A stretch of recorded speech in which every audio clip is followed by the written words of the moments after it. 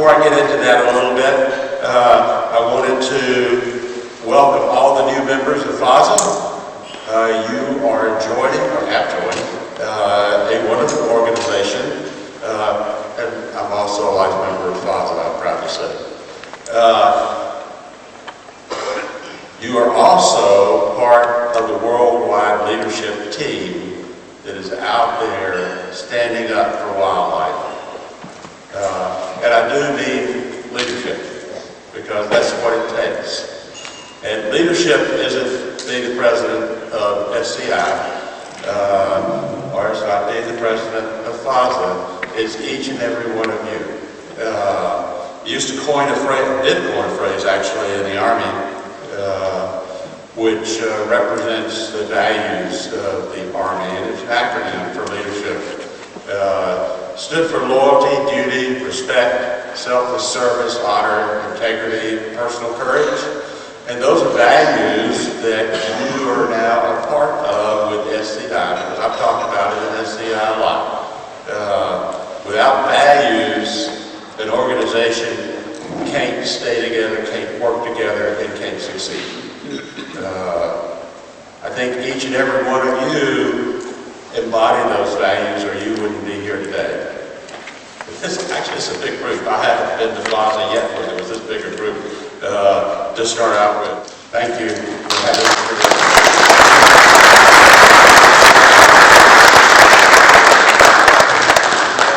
Now, the reason why I took the brown hyena was because Phasa, specifically Tony and others on the team, have agreed to let me be the guinea pig, per se. Trying to be the first one to get the brown hyena into the United States of America through the U.S. Fish and Wildlife Services permitting process.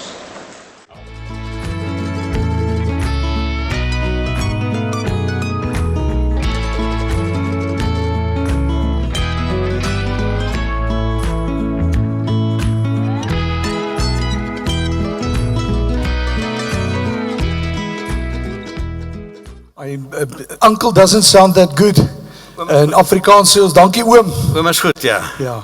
What would you say are the two things that Phasa should be sharing with parliamentarians, with legislatures? But the facts are really on your side. If they can just be presented and you can get over these negative perceptions, I'm convinced, because the moment you can align yourself with their ideals, and that's why I said something like economic growth, creating jobs, those are the issues of government, and the moment you can align with them, you will be successful as far as I'm concerned. Phasa's allowed these guys to be here, experience what it's all about, and get a foot into the door to what is an incredible and an exciting industry. As a subsidiary service to the hunting industry, taxidermy, shipping, we really appreciate the opportunity to be involved in what is an incredibly exciting time in the history of where we are in the industry. Guys who are attending the convention, this is fantastic. It requires support, it requires unity, as we heard earlier from Led. We have to unite, and we have to stand together for what we believe in and for the rights of hunters. Having people attend these sort of functions is critical, because then we have a voice. You stand alone, you don't have the voice. Splitting Image Taxidermy is very proud to offer a small token, and each of these members will now receive a customized rifle bag. As my grandfather said, walk slowly and carry a big stick. Explain that this is just purely money made from the one animal with an average price of the hunt, not the additional work that's been done. So we've got a long way to go until we can capture all this economic information that helps better explain our position in terms of hunting. We need that information in order to make better arguments in different parts in Parliament and where we discuss these matters. So this is the number of clients per province. You see a slight decline overall in the number of clients in 2023. Limpopo still leads as the largest majority of hunters taking with hunts in South Africa, and KZN more or less the same. and Eastern Cape being second. The number of clients that are coming, or which countries they're coming from, largely still remains the USA. As I said, there's a slight decline in the numbers this year.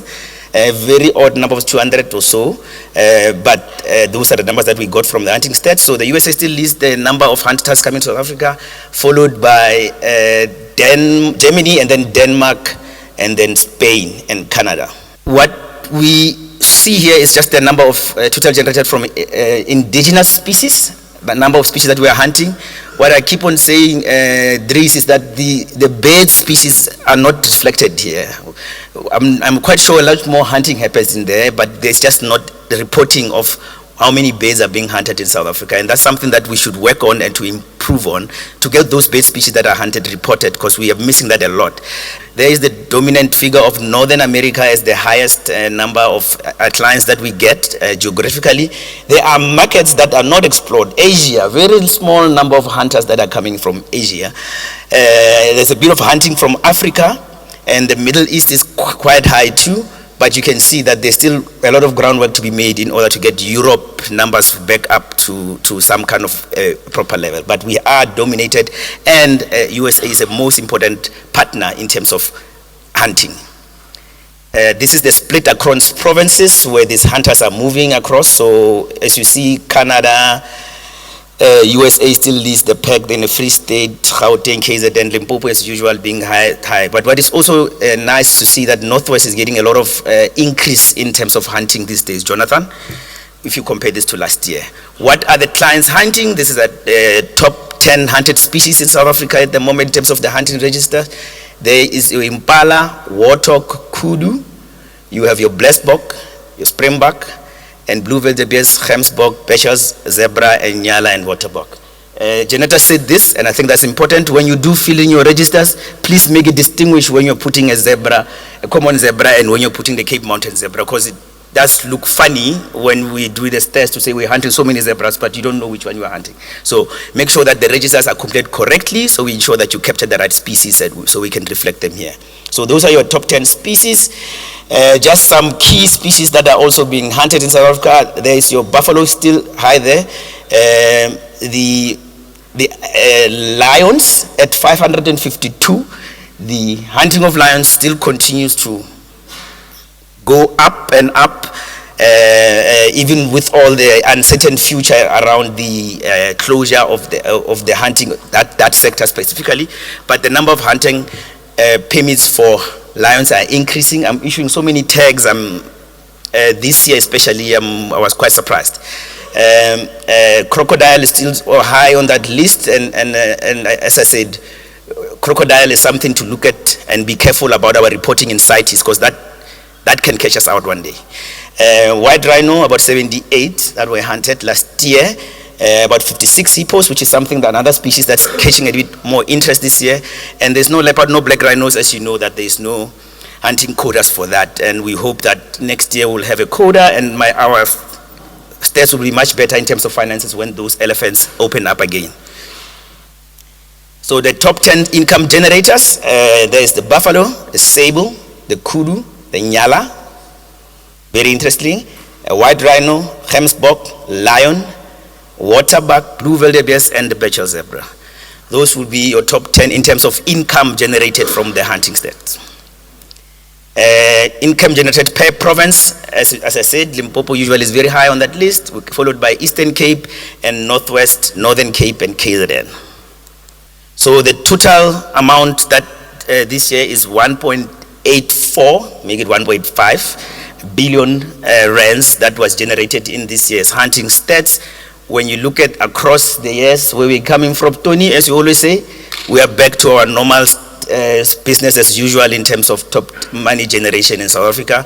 If we could find a way to catch, having elephants hunting again and all those things, this money would have been much, much higher with the amount of clients that come when you're hunting elephants and hunting leopards and other species that are currently not on the market because of these issues that we have with legal challenges and the court cases and trying to sort out that process. So that's where we are at the moment, but we are almost back to what we think is business as usual in terms of stabilizing before 2021, where we were really down to 9 million rands per year because of COVID.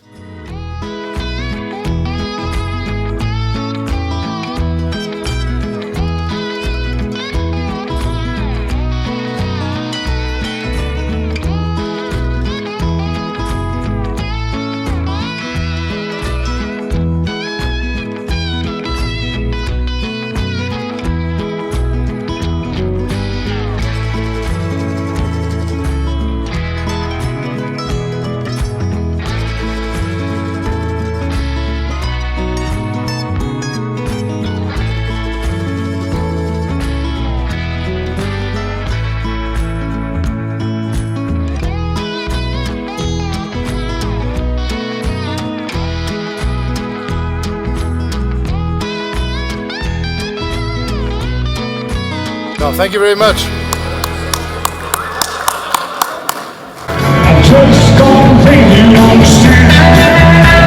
And you tell my heart why it's breaking hard. He might be more open to his man.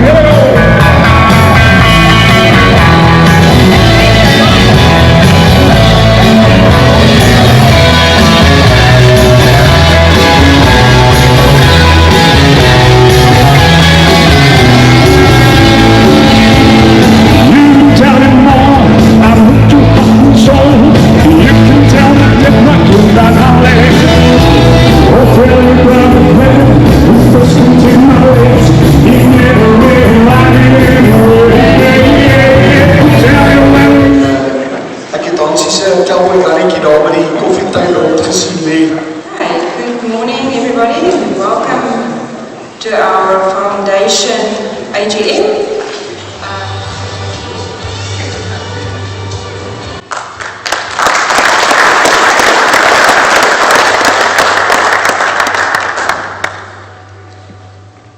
I'd like to thank Phasa Foundation and all hunters and outfitters that contribute.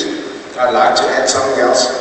All the money we get from Phasa as the Amy Bell Charitable Trust goes to the Arwen Grill Children's Home in Molameli, where they come visit us for 2 weeks in December every year. Can't expect other people to do this research for us. We will have to do it ourselves. Everywhere we go, Sandy asked us what have you done, bring us scientific information. Then what Ilse has done with the foundation is remarkable. Those people are not here, but I want to name all of them that was part of this wonderful transition from 2017 to now. Dries van Koller, Pieter Potgieter en Huistek. I salute you.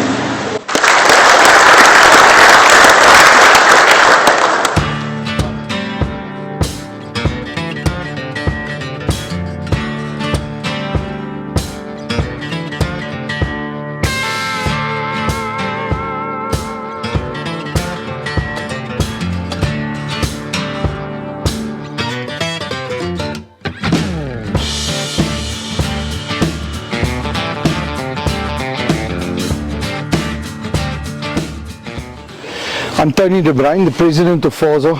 We just finished our AGM. It was a hell of a 3 days, and we did a nice little get together on Thursday evening. Then Friday we had work sessions with our opening speaker, Leert Hamberland. We discussed with our members the relationship of the Pinnacle Alliance between Phasa and SCI. Phasa becoming the African footprint of SCI. Our offices are going to be officed, and SCI is going to have office space on our offices. We're going to have access to all SCI's arsenal of lawyers, arsenal of media people, arsenal of everything that they do. And that's going to empower our South African organization to newer heights. We automatically are going into the international realm of conservation. Phasa is the biggest and largest hunting association for professional hunters in South Africa and in the world. We have a footprint all over Africa. Phasa represents 17 different countries with professional hunters and outfitters. We hunt for 50 different African countries all over Africa, and we own 13 countries. Phasa members own concessions in Africa. So we have our biggest footprint. We don't have to stand back for nobody.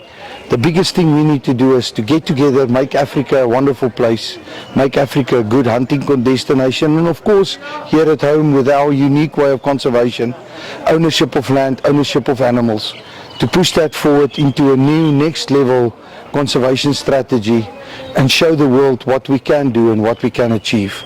We have the largest rhino population in the world, the largest animal population in the world, and we are the custodians of wildlife in Africa. Excuse the pun. But my friends on the other side, you know what I mean. We do what we do because we love it and we have passion for it, and that's why we are here.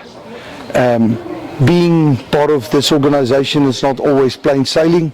We've got interactions with international organizations and with the European Union and with the British government and Australia. A couple of months ago, we were busy talking with the Argentinian government with import agents. We have a national and an international footprint. We are what we are because we love what we do, hunting. So today, our last day, was our annual general meeting. So we started off with the foundation. Our chairperson, Ilse, did a magnificent job. She did a hell of a job. She showed what we do on social, economical, lives and livelihoods, conservation and research. And I'm sure Ilse will tell you more about it. She is now affiliated at IUCN, and Phasa is proud to know that we have access to the largest conservation organization in the world.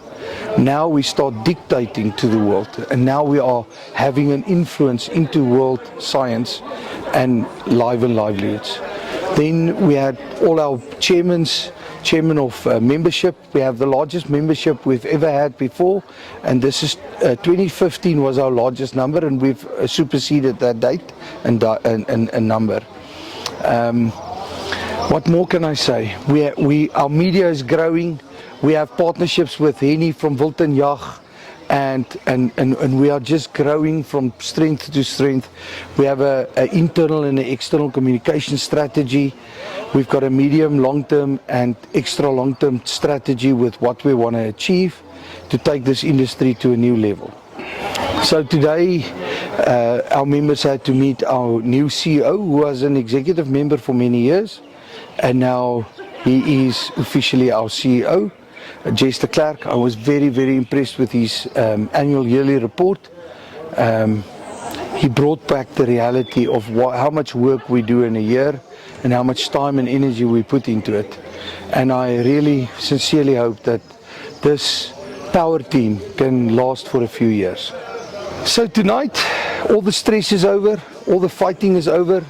The association like this is not plain sailing. We have robust discussions. It gets close to hand-to-hand combat, and it's done. We can now go and have a drink or two, relax, let our hair go down, and just do what hunters do, is cherish life and just love each other for what we are and just enjoy it. And I really hope tonight's going to be one of those nights. Good evening. We are here at the AGM Gala Evening tonight. This is our awards evening, and we are very excited to see who won all the categories. We want to thank the Phasa members for the ultimate high of attendance here tonight. It's the first time that we had to cap Gala Evening, so we're very excited to have everybody here. We had a great AGM. The foundation has grown. We had turnover of 2.5 million this year, that exceeded our expectations. So we are super excited and thrilled to be a full member of the IUCN. We take it very seriously because it's taking Phasa Foundation to a global platform.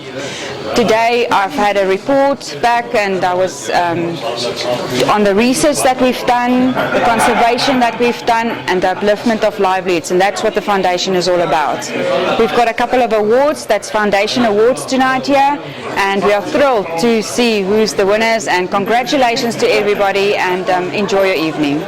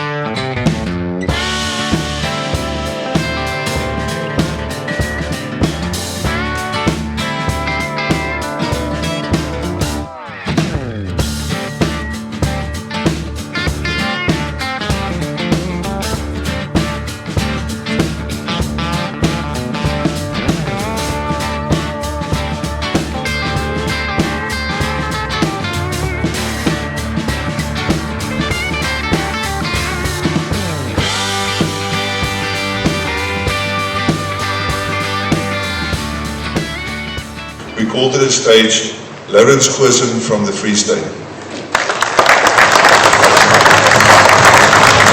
The winner we call to the stage, Mr. Dempsey Bailey with the mountain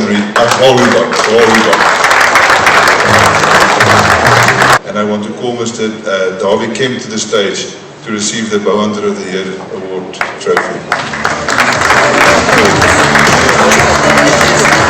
Congratulations, Davy Kemp.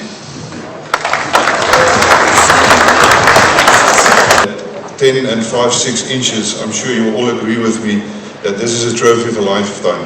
Congratulations to Mr. Dempsey Bailey for winning the Phasa Trophy of the Year Award. We call on the stage Pete de Villiers.